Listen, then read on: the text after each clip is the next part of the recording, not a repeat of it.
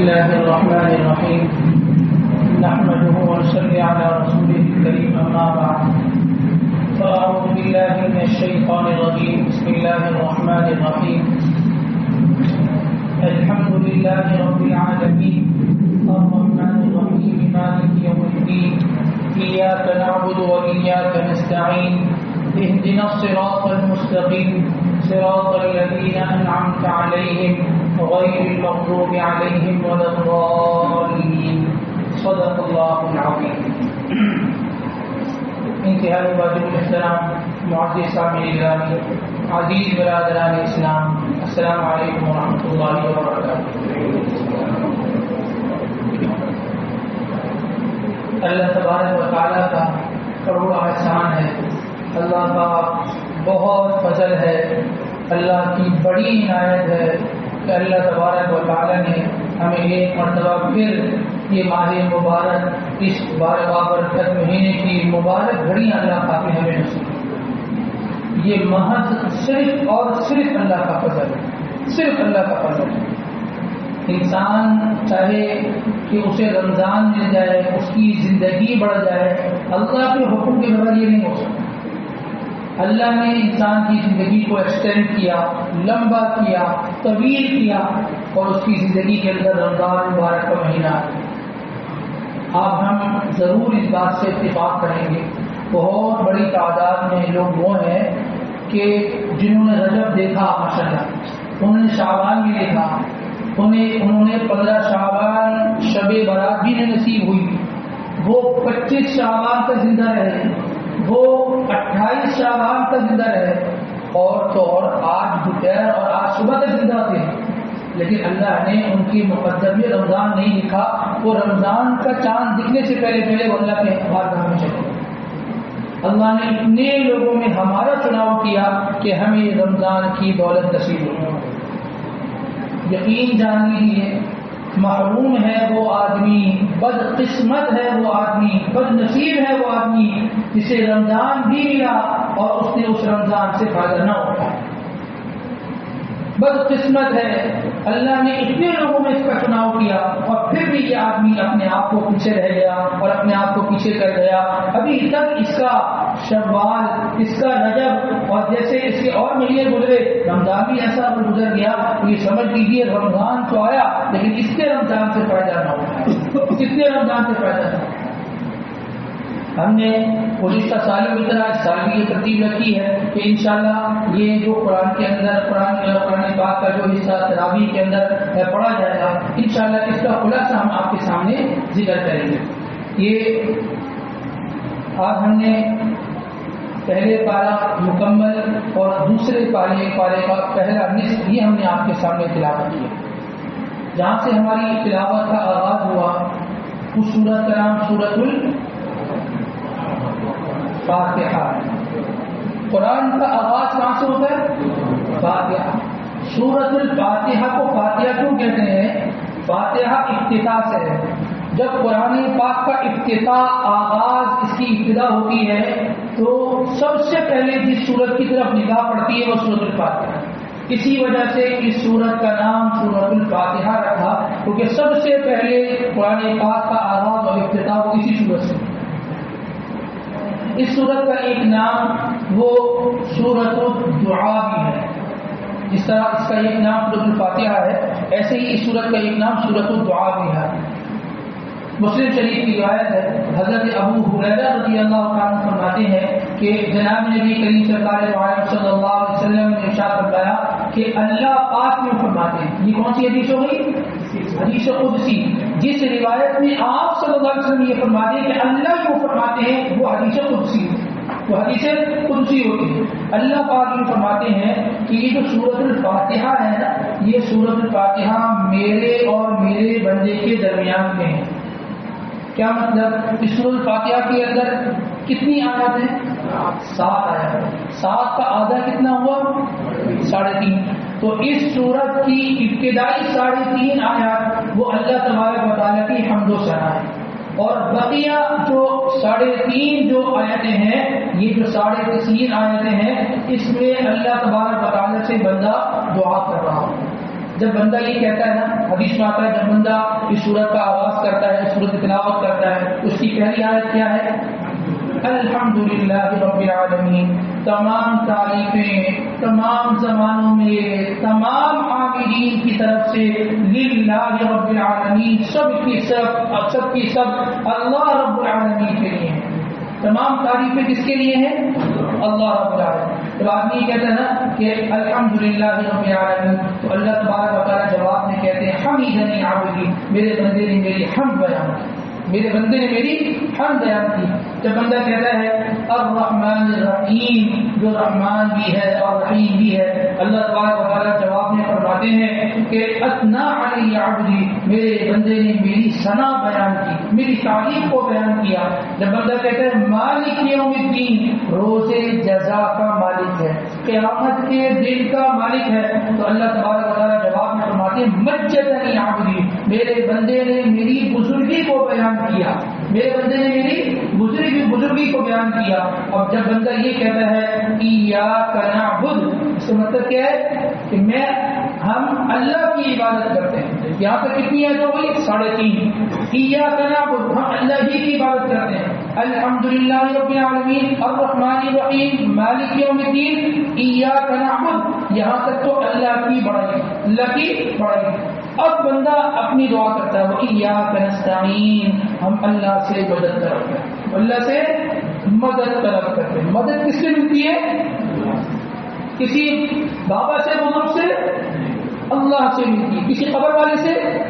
اللہ سے مدد ملتی ہے. تو بندہ کہتا ہے نا ایاک نعبد و ایاک نستعین، یا اللہ ہم تیری عبادت کرتے ہیں اور تجھی سے مدد مانگتے ہیں. اللہ تبارک و تعالیٰ جواب میں فرماتے ہیں ھذا بینی و بین عبدی، یہ جملہ میرے اور میرے بندے کے درمیان، آدھا اس میں میری تعریف، آدھا اس کی اپنی دعا ہے. تو بندہ آگے کہتا ہے اہدنا الصراط المستقیم صراط الذین انعمت علیہم، یا اللہ ہمیں سیدھا راستہ دکھانا، وہ راستہ جو جن لوگوں پر تو نے انعام فرمایا ان لوگوں کا راستہ دکھانا. غیر المغضوب علیہم ولا الضالین، ان لوگوں کا راستہ مت دکھلانا کہ جن لوگوں پر تیرا غضب ہوا ہو اور جن لوگوں پر تو ناراض ہوا ہو، ایسے لوگوں کا راستہ اللہ ہمیں نہ دکھلائے گا. یہ انسان اللہ تبارک و تعالیٰ سے کیا کرتا ہے؟ دعا کرتا ہے. جب یہ دعا کر لیتا ہے نا تو اللہ تبارک و تعالیٰ فرماتے ہیں ھذا لعبدی ولعبدی ما سأل، اس نے اتنے جملے جو کہے ہیں یہ سارے کے سارے جملے میرے بندے نے اپنے لیے مانگے ہیں، ولعبدی ما سأل، اور میں نے اپنے بندے کو وہ دے دیا جس کا اس نے مجھ سے سوال کیا. یہ سورۃ الفاتحہ ہے، ہر نماز میں پڑھی جاتی ہے. فرض میں پڑھتے ہیں، سنت میں پڑھتے ہیں، نفل میں پڑھتے ہیں، واجب میں پڑھتے ہیں، اشراق میں پڑھتے ہیں، ہر نماز میں یہ دعا مانگی جا رہی ہوتی ہے، ہر نماز میں یہ سورت پڑھی جا رہی ہوتی ہے. اس سورت کے اندر ایک جو دعا ہے، دعا انسان بڑی قیمتی مانگتا ہے. ایک دعا اللہ پاک نے بندے کو سکھایا ہے، کیا ہے؟ اہدنا الصراط المستقیم، یا اللہ سیدھا راستہ دے دے، یا اللہ مجھے ہدایت دے دے، اہدنا ہدایت دے دینا. تو بتلا دی اللہ پاک نے ساری دعائیں بڑی اہم ہیں. ہدایت جو ہے نا، ہدایت یہ سب سے اہم چیز ہے. ایک آدمی بہت اچھے اخلاق والا ہے، ایک آدمی وہ غریبوں کی مدد کرتا ہے، ایک آدمی وہ لوگوں کے ساتھ خیر خواہی کرتا ہے، ایک آدمی وہ کنویں کھدواتا ہے، وہ اسپتال بناتا ہے، لوگوں کا علاج کرتا ہے، یتیم و بیواؤں کا خیال رکھتا ہے، لیکن اس کے مقدر میں ہدایت نہیں، تو بتائیں یہ آخرت میں کامیاب ہے ناکام ہے؟ ناکام ہے نا. ایک آدمی ہے، ہدایت ہے، اللہ نے اس کو مسلمان پیدا کیا، کلمہ اس نے پڑھا ہے، ٹھیک ہے، نماز میں کمزوری ہے، اخلاقیات میں کمزوری ہے، وہ لوگوں کی خدمت کچھ کم کرتا ہے، زیادہ نہیں کرتا، ٹھیک ہے، جتنے اس نے گناہ کیے ہوں گے گناہوں کا اس کو گناہ کی سزا ملے گی. آخرت میں کہاں جائے گا؟ یہ جنت میں. تو فیصلہ کس پر ہونا ہے؟ ہدایت پر فیصلہ ہونا. اللہ سے یہ دعا کرنی چاہیے، اللہ آپ نے ہمیں یہ ہدایت عطا فرمائی. ربنا لا تزغ قلوبنا بعد إذ هديتنا، یا اللہ آپ جس دل کو آپ نے ہدایت کی روشنی سے اللہ سرفراز فرمایا، دوبارہ یا اللہ اس کو ہدایت سے یا اللہ آپ فارغ نہ فرما دیجیے گا، ہدایت سے دور نہ فرما دیجیے گا. بہت سارے لوگ ہیں مجھ سے اور آپ سے پکے مسلمان ہوتے تھے، لیکن ایسا لمحہ آیا، ایسا موڑ آیا جس موقع پر انہوں نے رحمان کو اختیار کرنا تھا، انہوں نے شیطان کو اختیار کر دیا، مرتد ہو گئے، اسلام سے پھر گئے۔ تو یاد رکھیے موت تک انسان اس بات پر جمع رہے کہ اللہ بس مجھے آپ ایمان کی حالت میں اٹھائیے۔ موت آئے تو کس حالت میں آئے؟ ایمان کی حالت میں انسان کی موت آئے۔ امام مالک رحمۃ اللہ علیہ کا جب آخری وقت آیا نا تو بیہوشی تاری ہوئی تھوڑی دیر کے لیے، تو جب بیہوشی آئی نا تو یہ کہتے تھے کہ ابھی نہیں اٹھے کے فاقہ ہوا، پھر تھوڑی دیر بیہوشی آئی اور پھر وہ کہتے تھے ابھی نہیں 3 مرتبہ یہ معاملہ ہوا۔ ان کے قریب کا لڑکا بیٹھا کہنے لگا ابا جان یہ کیا ہو گیا؟ آپ کو بیہوشی ہوتی ہے، ہم سمجھتے ہیں آپ کا انتقال ہو گیا، کہ آپ یہ کہتے ہیں ابھی نہیں، یہ ابھی نہیں تو کیا مطلب؟ وہ فرمانے لگے کہ دیکھو بیٹا یہ میرا نظام کا وقت ہے، میرا آخری وقت ہے۔ شیطان میرے سینے پر بیٹھ گیا اور وہ یہ کہتا او مالک، او امام مالک، سب کو میں نے گمراہ کر لیا، بڑے لوگوں پر میرا داؤ چل گیا، تو مجھ سے بچ گیا۔ تو میں کہتا ہوں نہیں ابھی میرے جسم میں جان ہے، ابھی بھی تو نے اگر بات کر دیا نا اور اس موقع پر میں ایمان سے پھر گیا، میرا بکوا ہو جائے۔ ابھی نہیں یاد رکھ لیجیے، جب تک جسم میں جان ہے آدمی ڈرتا ہے، اللہ کے ایمان سے اللہ کرے، ایمان سے اللہ تبارک و تعالیٰ تو ہمیں فارغ نہ کر دینا، اس چیز پہ انسان اللہ تبارک و تعالیٰ سے دعا مانگتا ہے۔ تو یہ دعا اللہ اہدنا الصراط المستقیم۔ اس کے بعد جو سورت ہے وہ سورۃ البقرہ ہے۔ بقرہ عربی زبان میں کسے کہتے ہیں؟ دائیں کو کہتے ہیں، ٹھیک ہے جی۔ اس سورت کا نام سورۃ البقرہ کیوں رکھا گیا؟ کیونکہ اس میں آگے دائیں کا تذکرہ ہے۔ کیا تذکرہ ہے؟ حدیث مبارکہ کے اندر آتا ہے بنی اسرائیل میں ایک شخص کو اس کے بھائی نے قتل کر دیا، اور ایک جگہ یہ آتا ہے کہ ایک شخص کو اس کے بھتیجوں نے قتل کر دیا، اور کیوں قتل کر دیا تھا؟ وراثت کے چکر میں، مال اور دولت کے چکر میں اس کو قتل کر کے اس کو جو اس شہر کی سڑک کیوں لگا کے ڈال دیا۔ اب لوگ پریشان تھے کہ اس یہ مرنے والا ہے کہ جس کو موت آ گئی، جس کو قتل کیا ہے، اس کو کس نے قتل کیا، یہ کیسے پتہ چلے گا؟ وقت کے نبی کے بعد کہتے ہیں، وقت کے نبی نے یہ بتایا کہ دیکھو اللہ تبارک و تعالیٰ کی طرف سے جو حکم آیا ہے کہ ایک گائے ذبح کرو اور اس گائے کے گوشت کو اس کے جسم کے ساتھ لگا دو، یہی جو مقتول ہے جس کا قتل ہوا یہ زندہ ہوگا، یہ قاتل کا نام بتا دے گا اور تمہیں قاتل کا پتہ چل جائے گا۔ اب کرنا کیا تھا؟ جیسا کہا ویسے کر لیتے، لیکن بعض لوگ ہوتے ہیں نا سوالات پہ سوالات، اچھا اگر امام صاحب یوں ہو جائے، اگر اچھا یوں ہو جائے، انہوں نے سوالات شروع کر دیے۔ انہوں نے کہا قال ادعوا ربك يبين لنا ما هي، آپ اللہ سے یہ پوچھیں کہ وہ گائے کیسی ہونی چاہیے، وہ گائے کیسی ہونی چاہیے۔ اللہ کی طرف سے جواب آ گیا کہ وہ گائے قال انه يقول انها بقرة لا فارض ولا بكر، نہ وہ بوڑھی ہو نہ بہت بالکل جوان ہو، درمیانی عمر کی ہو۔ تو وہ کہہ رہے ہیں قال ادعوا ربك يبين لنا ما لونها، اللہ سے یہ پوچھیں کہ وہ گائے کا رنگ کیسا ہونا چاہیے، گائے کا رنگ۔ اللہ تبارک و تعالیٰ نے جواب دے دیا، فرمایا کہ قال انه يقول انها بقرة صفراء فاقع لونها تسر الناظرين۔ اب سنو، گائے ایسی ہونی چاہیے جو لال رنگ کی ہو، اور عام لال رنگ کی گائے نہیں ہونی چاہیے، بلکہ ایسی ہو جس کو دیکھ کر انسان کا دل خوش ہو جائے، ایسی گائے ہونی چاہیے۔ اچھا جی، پھر ان کو ایک مسئلہ کھڑا ہوا، کہنے لگے اور ادعوا ربك يبين لنا ما هي ان البقرة شابه علينا، آپ اللہ سے پوچھیں وہ گائے کیسی ہو، ہمیں سمجھ میں نہیں آ رہا وہ گائے کس طرح کی ہم لے کر آئے۔ اچھا جی، پھر اللہ کی طرف سے جواب آ گیا قال انه يقول انها بقرة لا ذلول تثير الارض ولا تسقي الحرث مسلمة لا شية فيها۔ اچھا گائے ایسی ہونی چاہیے کہ تلاش کرو کہ ایسی گائے ہو کہ جس گائے نے کبھی ہل نہ جھوٹا ہو، یعنی کبھی کسی زمین پر ہل نہ چلایا گیا اس کے ذریعے سے، اور گائے ایسی ہو کہ جس کے ذریعے سے کبھی کنویں سے کھینچ کر پانی نہ نکالا گیا ہو، اس سے کوئی محنت والا کام نہ لیا گیا ہو، اس پر کسی قسم کا کوئی دھاگ دھپا نہ ہو۔ تو کہنے لگے قال الآن جئت بالحق، اب آگے بات سمجھ میں آتا ہے، ایسی گائے لانی ہے جو جوان بھی نہ ہو، بوڑھی بھی نہ ہو، اور درمیانی عمر کی ہونی چاہیے، لال رنگ کی ہونی چاہیے، جس سے ہل نہ چلایا ہو اور جس سے جس کے ذریعے سے پانی نہ پھینکا گیا ہو، اب نکلے تلاش کرنے کے لیے، اب گائے نہیں مل رہی، اب گائے نہیں مل رہی. جتنا اللہ نے حکم دے دیا لا تسألوا عن اشیاء ان تبد لکم تسؤکم، آپ ہم فضول اور ادھر ادھر کے سوالات نہ کریں، اگر اس کے جوابات مل جائیں گے تو ہمارے لیے مشکل ہو جائیں گے. حضرت اقرا ابن حابس رضی اللہ تعالیٰ نے آپ صلی اللہ علیہ وسلم سے یہ سوال کیا جب حج فرض ہوا، فرمایا کہ اللہ کے نبی کیا ہر سال حج کرنا ہوگا؟ اللہ کے نبی نے کوئی جواب نہیں. فرمایا کہ اے اللہ کے نبی کیا ہر سال حج کرنا ہوگا؟ اللہ کے نبی نے کوئی جواب نہیں. پھر میں اللہ کے نبی ہر سال حج کرنا ہوگا؟ اللہ کے نبی فرمایا اگر میں ہاں کہہ دیتا نا تو ہر سال حج کرنا ہوگا.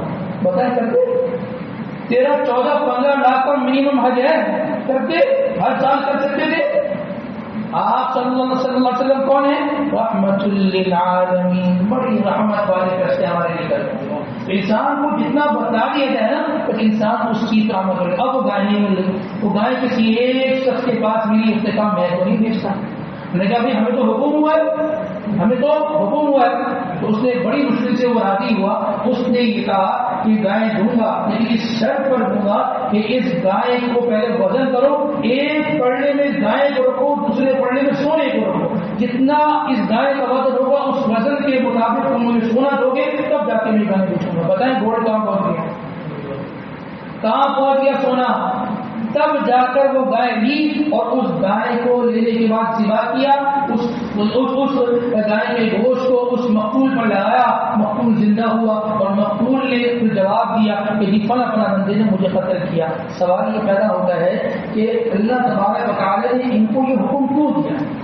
اللہ پاک وقت کے نبی کو بتا سکتے تھے نا کہ جی جب یہ جوابات آئے گائے اس طریقے سے ہو، اس طریقے کی ہو. اللہ یہ بھی بتا سکتے تھے ان کو بتا دو فلاں نے قتل کیا. اللہ کو تو معلوم تھا کس نے قتل کیا. اللہ پاک نے کیوں یہ حکم دیا؟ اس وجہ سے حکم دیا وہ جو قوم تھی نا بنی اسرائیل، وہ اس بات کی منکر تھی کہ جب انسان مر جاتا ہے دوبارہ وہ زندہ نہیں ہو سکتا. دوبارہ وہ زندہ، ہمارا کیا عقیدہ ہے؟ مرنے کے بعد زندگی ہے، ایسی ہی زندگی ہوگی. بار بار اللہ پاک نے قرآن پاک میں اس چیز کو ثابت کیا ہے جیسے تم آج زندہ ہو ایسے ہی زندہ ہو. جب ان کو یہ حکم دیا اور وہ مردہ اڑ گیا نا، اس نے ساتھ ساتھ وہ قتل کا مسئلہ بھی حل کر دیا اور ان کے عقیدے کو بھی درست کر دیا کہ دیکھو تم کہتے تھے مرنے کے بعد زندگی نہیں ہے، دیکھو یہ مرنے کے بعد زندگی، مر گیا تھا قتل کر دیا تھا، اب دیکھو یہ زندہ ہوا اور بول بھی رہا ہے جیسے ایک آدمی اپنی زندگی میں بول رہا تھا یہ بھی بول رہا ہے. تو اس وجہ سے اس سورت کا نام سورۃ البقرہ رکھا گیا. اس سورت کے آغاز میں تو سب سے پہلی آیت وہ کیا ہے؟ الف لام میم. اس کا مطلب کیا ہے؟ کوئی نہیں جانتا. بعض حروف قرآن پاک کے اندر ایسے ہیں جس کو کہتے ہیں حروف مقطعات. کیا کہتے ہیں؟ مقطعات. ان حروف کا معنی اور مفہوم کوئی نہیں جانتا سوائے اللہ کے. جب بھی یہ حرف آ جائے گا، یہ جملہ، یہ حروف آئیں گے تو انسان چاہے کتنا بڑا ہی مفسر کیوں نہ ہو تو یہ کہے گا اللہ اعلم بمراده بذلک، اللہ ہی جانتے ہیں اس کا کیا مطلب ہے، اللہ ہی جانتے ہیں اس کا کیا مطلب ہے. کوئی مفسر اس کا مطلب نہیں جانتا. اس میں کس بات کی طرف اشارہ ہے؟ یہی الف لام میم اللہ پاک آگے بھی لا سکتے تھے، بالکل قرآن کے آغاز سے کیوں لکھا ہے؟ اس لیے لے کر آئے ایک قرآن کے پڑھنے والے، ایک تفسیر سننے والے، خلاصہ سننے والوں، ایک خلاصے کو بیان کرنے والے مولوی صاحب، امام صاحب یہ سمجھ لینا کہ قرآن کے آغاز میں ایک ایسا لفظ لے کر آئے کہ جس کا معنی اور مفہوم اللہ کے سوا کوئی نہیں جانتا. سب سے پہلے تم جو آگے تم تفسیر بیان کرو گے یاد رکھو، یہ سمجھ لینا، اس بات کا اقرار کرو کہ تم جاہل، تمہارے پاس کوئی علم نہیں، اپنی جہالت کا اقرار کرو، اپنی جہالت کا، اور اللہ کے عالم ہونے کا اقرار کرو. اس لفظ کا مطلب ہم نہیں جانتے، اللہ جانتے ہیں، اللہ ہی کو اس کا مطلب پتا ہے. تو بھائی ہم بالکل ان پڑھ ہیں. واللہ اخرجکم من بطون امہاتکم، اللہ نے تمہیں تمہاری ماؤں کے پیٹوں سے پیدا کیا. لا تعلمون شیئا، تم جانتے کچھ نہیں تھے، تم جانتے کچھ نہیں تھے. کس نے علم دیا؟ اللہ نے اپنے علم سے علم دیا، اللہ نے اپنے علم سے علم دیا، اللہ نے اپنی عطا سے ہمیں نوازا. ہم ننگے تھے، ہمارے جسم پر ٹکڑے گئے، اللہ ہے جس نے ہمیں یہ سب کچھ عطا کیا. اور میں ذالک الکتاب، یہ کتاب ایسی ہے لا ریب فیہ، اس کتاب میں پتھر کی لکیر ہے، پتھر کی لکیر ہے. ہدی للمتقین، اور یہ کتاب مومن لوگوں کے لیے، متقین لوگوں کے لیے ہدایت ہے. متقین کسے کہتے ہیں؟ متقی کسے کہتے ہیں؟ آگے بتا دیا فرمایا متقی لوگوں کی یہ 5 صفات ہیں، یہ سمجھ لیں۔ الذین یؤمنون بالغیب، مومن آدمی وہ ہے کہ جو غیب پر ایمان رکھتا ہو، جنت دیکھی نہیں، ایمان تو ہے نا، ہاں جہنم دیکھی نہیں، ایمان تو ہے نا۔ ایک صحابی کو مشرک نے جنگ کے دوران تلوار ماری، وہ لیٹ گئے اور جسم سے خون بہنے لگا، تو وہ جاتے جاتے یہ جملہ کہہ گیا فزت ورب کعبہ، رب کعبہ کی قسم میں کامیاب ہو گئی۔ وہ مشرک کہنے لگا تجھے میں نے تلوار مار دی، تیری جان جا رہی ہے، تو زندگی کی بازی ہار رہا ہے، تیرے بچے یتیم اور تیری بیوی بیوہ ہو رہی ہے، تو کہہ رہا ہے فزت ورب کعبہ، رب کعبہ کی قسم میں کامیاب ہو گیا، کیوں کہہ دیا؟ تو اس وجہ سے کہ جس جنت کا ابھی تک صرف سنا تھا، اب اس جنت کو میں دیکھنے کی نہیں جاتا، جس رب کا میں نے نام سنا تھا، اس کے احکامات میں نے سنے تھے، آج اس رب سے میں ملاقات کرنے جا رہا ہوں۔ وہ رسول صلی اللہ علیہ وسلم کے جن کے ساتھ میں نے ایک اچھا وقت گزارا اور آپ سے جدائیگی مجھے برداشت نہیں تھی، آج میں اس رسول سے ملنے کے لیے جا رہا ہوں۔ اس کو رب الکعبہ، اللہ کی قسم، رب الکعبہ کی قسم میں کامیاب۔ الذین یؤمنون بالغیب، متقی لوگوں کی پہلی صفت ہے صدقہ کرنے سے مال میں برکت ہوتی ہے۔ یہ سنا ہے، بولتے بھی ہیں، کیا اس پر یقین ہے؟ اگر یقین ہے تو پھر ہم متقی لوگ۔ الذین یؤمنون بالغیب ویقیمون الصلاۃ، متقی لوگوں کی دوسری صفت کیا ہے؟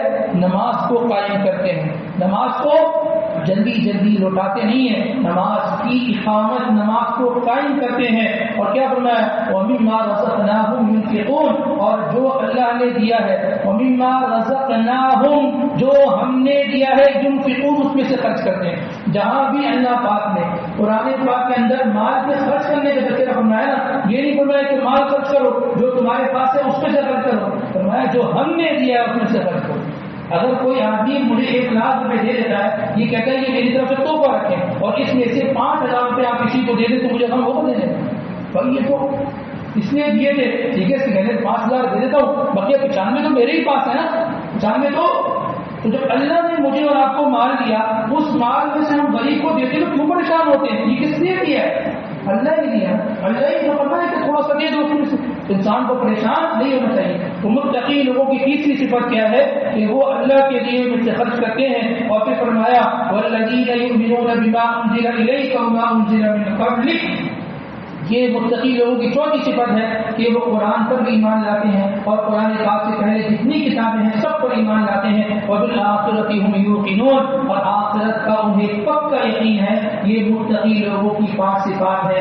اگر یہ صفات میرے اور آپ کے اندر ہے تو ہم متقی ہیں، ورنہ ہم کسی خام خیالی کے اندر، غلط فہمی کے اندر مبتلا ہیں کہ ہم متقی ہیں اور ہم متقی نہیں ہیں۔ جب تک یہ صفات ہمارے اندر شامل نہیں ہوگی ہم متقی نہیں ہوں گے۔ اس کے بعد اللہ تبارک و تعالیٰ فرماتے ہیں ان الذين كفروا سواء عليهم انذرتهم ام لم تنذرهم لا يؤمنون۔ دیکھو بعض لوگ وہ ہیں کہ جن کو تم اللہ اور اللہ کے نبی کی بات سناؤ یا نہ سناؤ ان کے لیے برابر۔ ایک آدمی ہے، آپ اس کے سامنے نماز کا تذکرہ کریں تب بھی وہ اپنی جگہ پر کھڑا ہے، آپ نماز کا تذکرہ نہ کریں تب بھی وہ اپنی جگہ کھڑا ہے، تک سے مست نہیں ہو رہا، تک سے مست نہیں ہو رہا۔ ہم آپ سنتے ہیں بعض لوگ ان کے سامنے دین کی بات نہیں ہے تو وہ کہتے ہیں جی بہت اچھی بات ہے، جی ماشاء اللہ، انشاءاللہ آپ دعا کریں اللہ پاک ہمیں آپ نے توفیق دے، تو چلے نماز کے لیے انشاءاللہ کوشش کریں گے، جی نیت کرتے ہیں، وہ ٹچ سے مست نہیں ہوتے۔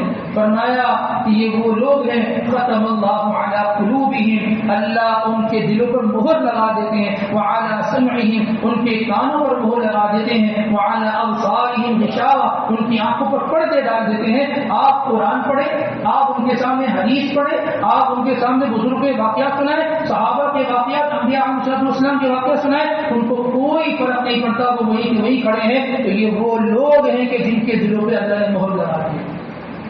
ایک بات میں آپ سے عرض کریں، بعض جرائم تو وہ ہوتے ہیں نا، یا بعض گناہ وہ ہوتے ہیں کہ جن کی سزا کیا ہوتی ہے؟ اللہ نے مال چھین لیا، ٹھیک ہے نا، اللہ پاک نے بیماری دے دی، اللہ پاک نے کسی آزمائش میں ڈال دیا، اللہ پاک نے مکان چھین لیا، اللہ پاک نے گاڑی چھین لی، بعض گناہوں کی سزا یہ ہوتی ہے، اور بعض گناہوں کی سزا کیا ہوتی ہے؟ اللہ ہدایت چھین لے، اللہ دلوں پر مہر لگا دے۔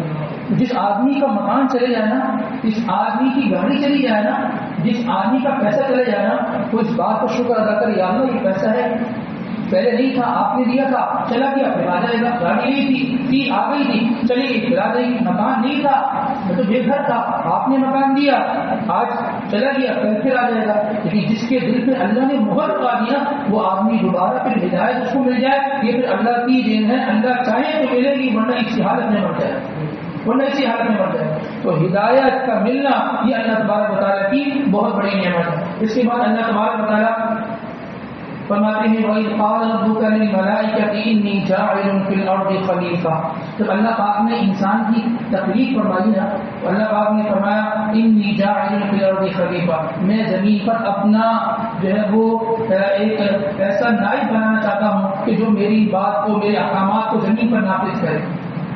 تو فرشتوں نے کہا، کیا کہا؟ فرشتوں نے کہا أَتَجْعَلُ فِيهَا مَن يُفْسِدُ فِيهَا وَيَسْفِكُ الدِّمَاءَ، آپ ایسے لوگوں کو پیدا کریں گے کہ جو خون خرابہ کریں گے، جو بم پھاڑیں گے، جو لوگوں کو جلا کر رکھ دیں گے، آپ ایسے لوگوں کو پیدا کرتے ہیں۔ أَتَجْعَلُ فِيهَا مَن يُفْسِدُ فِيهَا وَيَسْفِكُ الدِّمَاءَ، خون خرابہ کریں گے، وَنَحْنُ نُسَبِّحُ بِحَمْدِكَ وَنُقَدِّسُ لَكَ، ہم ہے نا آپ کی تعریف، آپ کی تقدیس، آپ کی بڑائی، آپ کی عظمت کو ہم بیان کریں گے نا، آپ انسان کو پیدا نہ کریں۔ اللہ تبارک و تعالیٰ نے فرمایا ان فرشتوں سے کہا کہ انی اعلم ما لا تعلمون، دیکھو میں رب ہوں، رب ہوتا ہے، رب ہوتا ہے، تم اگرچہ فرشتے ہو، میری نورانی مخلوق ہو، لیکن میں رب ہوں، میں جو جانتا ہوں وہ تم نہیں جانتے۔ یہی انسان ہوتا ہے، یہی انسان جب رات کے اندھیرے میں، تنہائی میں چار نماز بچھا کر اللہ تبارک و تعالیٰ سے دعا کرتا ہے، اور یہ انسان اپنی جھولی پھیلا کر اس کے ٹپ ٹپ آنکھ سے آنسو بہ رہے ہوتے ہیں، یہ انسان ہوتا ہے جب اللہ کے آگے گر گڑا رہا ہوتا ہے، یا اللہ تم معاف کر دے، یا اللہ تم معاف کر دے۔ یہ آدمی جب بیت اللہ کا پردہ لپٹ کر اس سے اللہ سے مانگ رہا ہوتا اور چیخ رہا ہوتا، یا اللہ تیرے گھر بلا کر تیرے دربار میں حاضر ہو کر یا اللہ تجھ سے میں تیری رضا مانگتا ہوں، پھر اللہ پاک فخر فرماتے ہیں ان فرشتوں پر، دیکھو یہی وہ لوگ تھے جن کے بارے میں تمہارا ایک نظریہ تھا، اور یہ وہ لوگ ہیں جن کے بارے میں میرا ایک نظریہ تھا، اب بتاؤ انی اعلم ما لا تعلمون، باقی جو میں جانتا تھا وہ جانتا صحیح تھا نا، ان کو پیدا کرنا بھی صحیح تھا نا۔ ہاں، تو انسان جب عبادت کرتا ہے اللہ تبارک و تعالیٰ فرشتوں پر کیا فرماتے ہیں؟ فرشتوں پر فخر فرماتے ہیں۔ اس کے بعد اللہ تبارک و تعالیٰ فرماتے ہیں وَلَن تَرْضَىٰ عَنكَ الْيَهُودُ وَلَا النَّصَارَىٰ حَتَّىٰ تَتَّبِعَ مِلَّتَهُمْ، دیکھو یہ بات سمجھ لو، یہ جو یہود اور عیسائی ہیں نا، یہ تم سے اس وقت تک راضی نہیں ہوں گے جب تک تم ان کے دین کی اتباع کرنے نہ لگو۔ یہ بڑی خطرناک بات ہے۔ تھوڑا سا جائزہ لے لینا، آج سے 20 سال پہلے ہمارے بزرگ یہاں بیٹھے نا، ان کی عمریں گزری ہے نا، آج سے 20 سال پہلے یہود و نصارہ کیا اتنے زیادہ اثر انداز ہم پر تھے جتنے آج ہیں؟ جتنی ان کی محنتیں پہلے تھیں ہم اس سے متاثر اتنے پہلے نہیں تھے آج سے 20-25 سال پہلے جتنے آج ہیں۔ ہمارا پہننا، ہمارا اوڑھنا، ہماری گفتگو، ہمارے تعلقات، ہمارا رہن سہن، ہمارا رسم و رواج سب ان پر ہے۔ ہماری خوشی، ہماری غمی سب ان پر ہے۔ ہمارے یہاں کا جینا مرنا سب ان کی طرح ہے، سب ان کی طرح۔ ہم کس لیے کرتے ہیں؟ کہ وہ خوش ہو جائیں، وہ راضی ہو جائیں۔ اللہ نے یہ فرما دیا، دیکھو یہ اس وقت راضی ہوں گے جب تم اپنے ایمان کی قربانی دو گے، تم کلمے کی قربانی دو گے اور ان کی مان لو گے، ان کے دین کو فالو کر لو گے، اپنا لو گے، تو پھر یہ لوگ تمہاری مانیں گے، ورنہ یہ تم سے راضی نہیں ہوں گے، ورنہ یہ تم سے راضی نہیں۔ یہ بات سمجھ لے آدمی، وہ لوگ جو ان سے محبت کرتے ہیں، ان کے دل زیادہ ہیں اور ان کو خوش کرنے کی کوشش کر رہے ہیں، چاہے وہ لوور لیول پر ہو یا اپر لیول کے لوگ ہوں، اور ہمارے بڑے حکمران ہوں تو ان کو خوش کرنے کی کوشش کر رہے ہیں، وہ کبھی بھی خوش نہیں ہوں گے اس لیے کہ تم کلمے کو چھوڑ دو تب جا کے وہ راضی ہوں گے۔ بس، اور کلمہ نہیں چھوڑنا، کلمہ تو نہیں چھوڑنا بھائی. اسی کی وجہ سے کہ انسان کی کامیابی ہے دنیا میں بھی اور آخرت میں بھی. بہرحال اللہ تبارک و تعالیٰ اس کے بعد دوسرے پارے کے آغاز میں فرماتے ہیں سيقول السفهاء من الناس ما ولاهم عن قبلتهم التي كانوا عليها قل لله المشرق والمغرب يهدي من يشاء الى صراط مستقيم. سب سے ابتدا میں جو ہمارا قبلہ تھا وہ قبلہ بیت اللہ تھا. کیا تھا؟ جیسے آج بیت اللہ ہے. آپ صلی اللہ علیہ وسلم وہ رکن یمانی اور حجر اسود کے درمیان میں کھڑے ہو کر آپ جو ہے وہ نماز ادا فرمایا کرتے تھے. آپ صلی اللہ علیہ وسلم کو حکم ہوا کہ آپ مدینہ منورہ تشریف لے جائیں. آپ مدینہ منورہ تشریف لے گئے. جب وہاں تشریف لے گئے تو اللہ تبارک و تعالیٰ کی طرف سے حکم یہ ہوا کہ آپ اب قبلہ کیا ہونا ہے، کس رخ کی طرف منہ کر کے نماز پڑھنی ہے؟ بیت المقدس کی طرف. آپ نے 16-17 ماہ آپ نے بیت المقدس کی طرف رخ کر کے نماز پڑھی، بیت المقدس کی طرف رخ کر کے نماز پڑھی.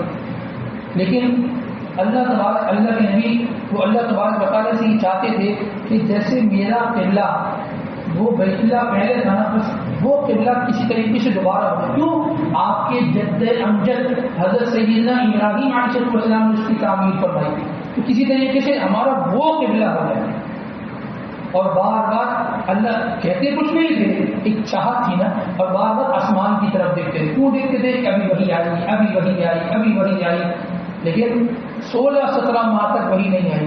جب 16-17 ماہ کا عرصہ گزرا، آپ صلی اللہ علیہ وسلم وہ نماز کی امامت فرما رہے تھے مدینہ منورہ کے اندر، اور جس مسجد میں امامت فرما رہے تھے وہ مسجد کون سی تھی؟ قبلتین. آج بھی جائے نا تو دونوں قبلے وہاں پر بنے ہیں. پہلے یہ تھا اور بالکل اپوزٹ نا، یوں تھا کہ آپ یہ سمجھے کہ جیسے آج ہمارا قبلہ یہ ہے، اگر ہم وہاں منہ کر کے نماز پڑھیں، حکم ہوا کہ نماز بیت اللہ کی طرف ہو جائے تو ادھر قبلہ ہو، تو پھر آپ صلی اللہ علیہ وسلم روایت میں آتا ہے کہ آپ کا چہرہ انور وہ بیت المقدس کی طرف تھا اور بیت اللہ بالکل اپوزٹ تھا. تو آپ جب حکم ہوا آپ منہ چل کر آئے اور آپ جو وہ ایسے کھڑے ہوئے کہ آپ کا چہرہ انور بیت اللہ کی طرف ہو گیا، اور جو صحابہ تھے وہ پھر گئے، یعنی جو پہلی سفارے تھے وہ آخری سفارے بن گئے، اور جو آخری سفارے تھے وہ پہلی سفارے بن گئے. اور اس طریقے سے یہ حکم ہے، اس طریقے سے یہ حکم ہو گیا. اللہ تبارک و تعالیٰ نے آپ صلی اللہ علیہ وسلم کی ادا کو کیا فرمایا؟ قد نرى تقلب وجهك في السماء. ہم دیکھ رہے تھے کہ آپ بار بار آسمان کی طرف نگاہیں اٹھا رہے تھے. آپ بار بار حضور کی ادا بھی اللہ کو اتنی پسند نہیں کہ منہ سے کچھ نہیں کہا. منہ سے ہماری جو چاہت ہو، کوئی ضرورت ہو، ہم کو اتنا مانگتے ہیں کہ بس ہو جائے. آپ صلی اللہ علیہ وسلم کے دل میں یہ چاہت تھی اور بار بار آسمان کی طرف دیکھتے تھے. اللہ نے یہ بھی بتا دیا کہ آپ کا یہ دیکھنا یہ بھی ہم دیکھ رہے تھے. قد نرى تقلب وجهك في السماء فلنولينك قبلة ترضاها. ہم وہ قبلہ بنا دیں گے جس میں آپ راضی ہیں، جس پر آپ جو ہے وہ خوش ہیں. فول وجهك شطر المسجد الحرام. آپ مسجد حرام کی طرف اپنا رخ کر لیں. اس دن سے لے کر آج تک اور آج سے قیامت تک انشاءاللہ ہمارا جو قبلہ ہوگا وہ کیا ہوگا؟ وہ بیت اللہ شریف ہوگا، وہ بیت اللہ شریف ہوگا. اس کے بعد اللہ تبارک و تعالیٰ امت محمدیہ کی خصوصیت بیان فرماتے ہیں. وَكَذَلِكَ جَعَلْنَاكُمْ أُمَّةً وَسَطًا. یہ امت وہ امت ہے جو معتدل ہے. کیا ہے؟ معتدل، درمیانی امت ہے. مطلب کیا ہوا؟ یعنی یہ افراط و تفریط کا شکار نہیں ہے. پہلی امتیں ایسی گزری ہیں کہ جنہوں نے اپنے نبی وقت کے نبی کو درمیان سے چیر دیا، آگے سے چیر دیا. حضرت عزیر علیہ السلام کو چیر دیا گیا، انبیاء کو قتل کر دیا گیا، انبیاء کی بالکل نہ مانی. اور بعض ایسی قومیں گزری ہیں کہ جنہوں نے انبیاء کی پرستی شروع کر دی، جنہوں نے انبیاء کو پوچھنا شروع کی. عیسائی کیا کرتے ہیں؟ یہ جو سلیب بنا ہوتا ہے اس کو پوچھتے ہیں. تو فرمایا کہ یہ جو امت ہے یہ وہ امت ہے جو معتدل ہے، جو اللہ کو اللہ کا مقام دیتی ہے، نبی کو نبی کا مقام دیتی ہے، اور صحابی کو صحابی کا مقام دیتی ہے. پھر فرمایا یہ تکونوا شہداء علی الناس. یہ امت، اس امت کی خصوصیت ہے، یہ یاد رکھنا چاہیے کہ یہ امت وہ امت ہے کہ قیامت والے دن اس امت کو اللہ پاک انبیاء کے اوپر گواہ بنائیں گے. کیسے گواہ بنائیں گے؟ انبیاء علیہ السلام آئیں گے، ان کی اقوام آئیں گی، اللہ پاک ان سے قوم سے پوچھیں گے اے بنی اسرائیل، اے یہودیوں، اے عیسائیوں، تمہیں تمہارے نبی نے دین کی طرف نہیں بلایا تھا، تم نے پھر بھی اپنے نبی کی بات نہیں مانی؟ وہ یہ کہیں گے نہیں، ہمیں تو کسی نبی نے نہیں بلایا تھا، ہمارے پاس تو کوئی نبی نہیں آیا تھا۔ تو اللہ تبارک و تعالیٰ انبیاء سے پوچھیں ہاں بھائی آپ نہیں گئے تھے؟ تم گئے تھے، گواہ پیش کرو۔ تو اس امت کے جو لوگ ہیں، جو میں اور آپ، ہم تو کیا ہیں، ہمارے بزرگوں کی بات ہو رہی ہے بھائی، ہمارے جو بزرگ ہیں، اللہ پاک ان لوگوں کو، اس امت کے لوگوں کو کھڑا کریں گے، ہاں بھائی بتاؤ تم گواہی دیتے ہو؟ تو کہیں گے جی ہاں ہم گواہی دیتے ہیں کہ ان انبیاء نے، موسیٰ علیہ السلام نے، عیسیٰ علیہ السلام نے، اور یہ فلاں فلاں انبیاء نے، ہر نبی نے اپنی امت میں جا کر دین کی دعوت دی تھی، ہم اس کی گواہی دیتے ہیں۔ اللہ پاک سوال فرمائے اچھا تمہاری جو امت ہے، تمہارا آنا پہلے تھا یا انکار پہلے تھا؟ یہ پہلے آئے تھے، موسیٰ علیہ السلام کی قوم پہلے آئی تھی، تم بعد میں آئے تھے نا؟ جی بعد میں آئے تھے۔ تو تم آئے تھے تو یہ نبی موجود تھے، پھر تم کیسے گواہی دے رہے ہو؟ سوال بنتا ہے نا کہ تم کیسے گواہی دے رہے ہو؟ تو وہ کہیں گے کہ ہمیں ہمارے نبی نے اس بات کی گواہی دی تھی کہ پچھلی انبیاء آئے تھے اور انہوں نے اپنی قوموں کو دین کی دعوت دی تھی، جس نے مانا وہ کامیاب، جس نے نہ مانا وہ ناکام۔ تو ہمیں ہمارے نبی نے بتایا ہے۔ پھر آپ صلی اللہ علیہ وسلم سے پوچھا جائے ہاں بھائی یہ جو دعویٰ کرتے ہیں کہ آپ نے ان کو یہ بات بتائی تھی، ایسا ہے؟ آپ صلی اللہ علیہ وسلم گواہی دیں ہاں میں گواہی دیتا ہوں، میں نے اپنی امت کے لوگوں کو پچھلی امت کے انبیاء کے بارے میں بتایا تھا کہ وہ دین کا کام کرنے کے لیے آئے تھے، تو اس امت کو بتلانے والا میں تھا، میں اس چیز کی گواہی دیتا ہوں۔ یہ اس امت کی خصوصیت ہے کہ پچھلے انبیاء کے دین کے کام کرنے کی گواہی یہ امت کے لوگ دیں گے۔ اپنا مقام پہچانو، اپنا مرتبہ پہچانو۔ ہم کہاں یہ بڑی بڑی حرکتیں کر رہے ہوتے ہیں، ہمیں اللہ نے کیا مقام دینا چاہے اور ہم کہاں کھڑے ہیں، ہمیں اللہ کس جگہ لے کر جانا چاہتے ہیں اور ہم کہاں کھڑے ہیں، اپنے مقام کو پہچاننے کی ضرورت ہے۔ اس کے بعد اللہ تبارک و تعالیٰ فرماتے ہیں وَمِنَ النَّاسِ مَن يُعْجِبُكَ قَوْلُهُ فِي الْحَيَاةِ الدُّنْيَا وَيَشْهَدُ اللَّهَ عَلَى مَا فِي قَلْبِهِ وَهُوَ أَلَدُّ الْخِصَامِ۔ ایک شخص تھا جس کا نام اخنس بن شریح تھا۔ کیا نام تھا؟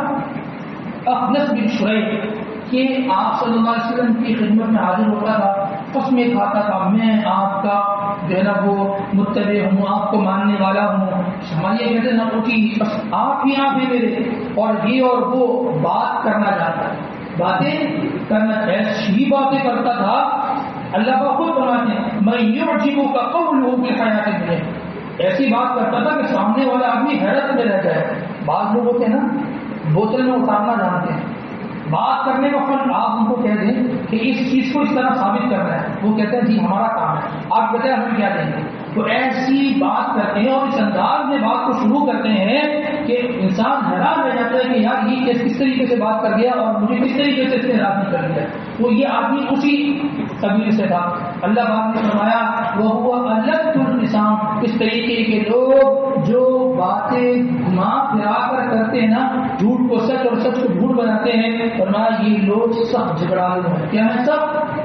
کیوں سب جھگڑالو کیوں ہیں؟ وجہ اس کی ہے کہ آج تو جھوٹ بول دیا، ٹھیک ہے، آج تو بات بنا دی، کل تو یہ بات کھلے گی نا، جب یہ بات کھولے گی تو پھر تو جھگڑا فساد ہی ہوگا نا۔ تو یہ جھگڑے کی جڑ ہے اور فساد کی جڑ ہے۔ تو اللہ نے جو صلاحیت اگر کسی انسان کو اس طریقے کی دی ہوگی نا، اس صلاحیتوں سے دین کا کام کرے، دین لوگوں تک پہنچائے اور دین کی جو ہے وہ ترغیب میں حصہ لے لیا جائے۔ اس کے بعد اللہ پاک فرماتے ہیں وَمِنَ النَّاسِ مَن يَشْرِي نَفْسَهُ ابْتِغَاءَ مَرْضَاتِ اللَّهِ، بعض لوگ وہ ہیں جو اپنا سب کچھ اللہ کی رضا کے لیے قربان کرتے ہیں، سب مال بھی، دولت بھی، عزت بھی، شہرت بھی، سب قربان کر دیتے ہیں اللہ راضی ہو جائے۔ اللہ، ہم کہتے ہیں کہ اللہ بھی راضی ہو جائے، نہ زکات دے، نہ صدقہ دے، نہ نماز پڑھے، نہ کسی قسم کی دین کے اعتبار سے مشقت حاصل لوگ اٹھائے۔ اللہ کا فرمان ہے بعض لوگ وہ ہیں کہ جو سب کچھ دے دیتے ہیں، کہتے ہیں اللہ مجھ سے راضی ہے۔ حضرت صہیب رضی اللہ عنہ مکہ مکرمہ سے مدینہ منورہ جا رہے تھے، راستے میں اس وقت ہجرت کرنا اتنا مشکل تھا اور ایسے وہ پیچھے لگے تھے جتنے ہمارے سندھ کے کچے کے ڈاکو بھی پیچھے نہیں لگے، ایسے پیچھے لگے، وہ چھوڑتے نہیں تھے، وہ جان سے مارتے، وہ جان سے مار دیا کرتے۔ تو پوچھا کہاں جا رہے ہو؟ کہا حضور کے قدموں میں جا رہا ہوں، میں اپنے محبوب کے پاس آ رہا ہوں، ہجرت کر رہا ہوں۔ ان سے کہا کہ تمہیں معلوم نہیں کہ ہجرت کرنا تو ممنوع ہے، کوئی نہیں جائے گا یہاں سے. تو ان کا جواب سنیے. انہوں نے کہا کہ کوئی بات سنو، تم جانتے ہو کہ میرا نام سہیل ہے، جانتے ہیں جی، اور تم یہ بھی جانتے ہو کہ میں بہترین تیر انداز ہوں. کہا ہاں یہ بھی جانتے، تمہارا اس بارے میں اس چیز میں تمہارا ایک نام ہے. کہا کہ اگر تم مجھے وہاں نہیں جانے دو گے تو میرے ترکش میں جتنے تیر ہیں نا، جتنے تیر ہیں وہ ایک کر کے تمام کے تمام تیر میں تمہارے خلاف استعمال کروں گا. کہ تیر ختم ہو جائیں گے تو پھر میں تلوار سے تمہارا مقابلہ کروں گا، جب تک میرے جسم میں جان رہے گی تمہارا مقابلہ کرتا رہوں گا. تو اب دو راستے ہیں تمہارے پاس. ایک راستہ تو یہ کہ مجھ سے مقابلہ کر لو، ٹھیک ہے جی. دوسرا راستہ یہ ہے کہ میری مکہ مکرمہ میں فلاں جگہ میرا مکان ہے، وہاں بھی جانتے تمہارا مکان وہاں رہتے ہو، اس مکان میں فلاں جگہ میرا پیسہ میرا جو بھی کچھ ہے وہ وہاں رکھا ہوا ہے، وہ سب تمہارا ہے. بس مجھے جاننا، مجھے من الناس من یشری نفسہ ابتغاء مرضات اللہ، بعض لوگ ہیں جو سب کچھ اللہ کی رضا کے لیے قربان کر دیتے ہیں. انہوں نے کہا کہ اچھا کون لڑے گا، کون جھگڑے گا، یہ تو تیر انداز ہے. کہا کہ ٹھیک ہے تیرا مال لے لیتے تو چلے جا، تیرا مال لے لیتے تو چلے جا. اللہ کو یہ ادا اتنی پسند ہے، اللہ نے قرآن اتار دیا. اللہ نے قرآن اتار دیا کہ یہ لوگ ہیں، یہ مومن ہیں جو مال اس لیے خرچ کرتے ہیں رب راضی ہو جائے، جو دولت اس لیے لٹا دیتے ہیں کہ اللہ کی رضا مل جائے. عزیز دوستوں، ہمیں بھی اللہ نے کچھ دیا ہے، مال ہو، مکان ہو، دولت ہو، صلاحیتیں ہیں. اللہ نے ہمیں ہماری شہرت دی ہے، ہم کہیں بیٹھ کر بات کریں تو ہماری بات سنی جاتی ہے. یہ شہرت، یہ نام، یہ مقام، یہ پیسہ، یہ دولت، یہ کیا نہیں اچھا ہو اللہ کے دین کے لیے قربان ہو جائے. کوئی پوچھے تھے کہ تم فقیر کیوں ہو گئے؟ اللہ کے راستے میں دیکھ کر فقیر ہو. تو پوچھے کہ تمہارے ساتھ لوگ یہ سلوک کیوں کرتے ہیں، اور یہ اللہ کا نام لیتا ہوں تو لوگ مجھے پکارتے ہیں. تو یہ آدمی اللہ کے یہاں بھی مقام حاصل کرے گا اور دنیا میں بھی اللہ اس کو نوازیں گے. اب یہ دیکھیے نا، 1400-1500 سال کا عرصہ گزر گیا، انہوں نے سب کچھ دے دیا. آج 1500 سال کے بعد ہم اس حیدرآباد کالونی کی مکہ مسجد میں بیٹھ کر حضرت سہیل رضی اللہ عنہ کا نام لے رہے ہیں. مال بھی نہیں تھا، دولت بھی نہیں تھی، کیا تھا؟ دین کے لیے قربانی کی. جو آدمی دین کے لیے قربانی دیتا ہے اللہ تبارک و تعالیٰ اس کو خوب نوازتے ہیں اور اس کا نام صدیوں تک رہتا ہے. اور اللہ تبارک و تعالیٰ سے دعا کرتے ہیں اللہ ہمیں ان صحابہ کرام رضوان اللہ تعالیٰ نے کے طریقوں پر چلنے کی توفیق نصیب فرمائے. وآخر دعوانا الحمد للہ رب العالمین.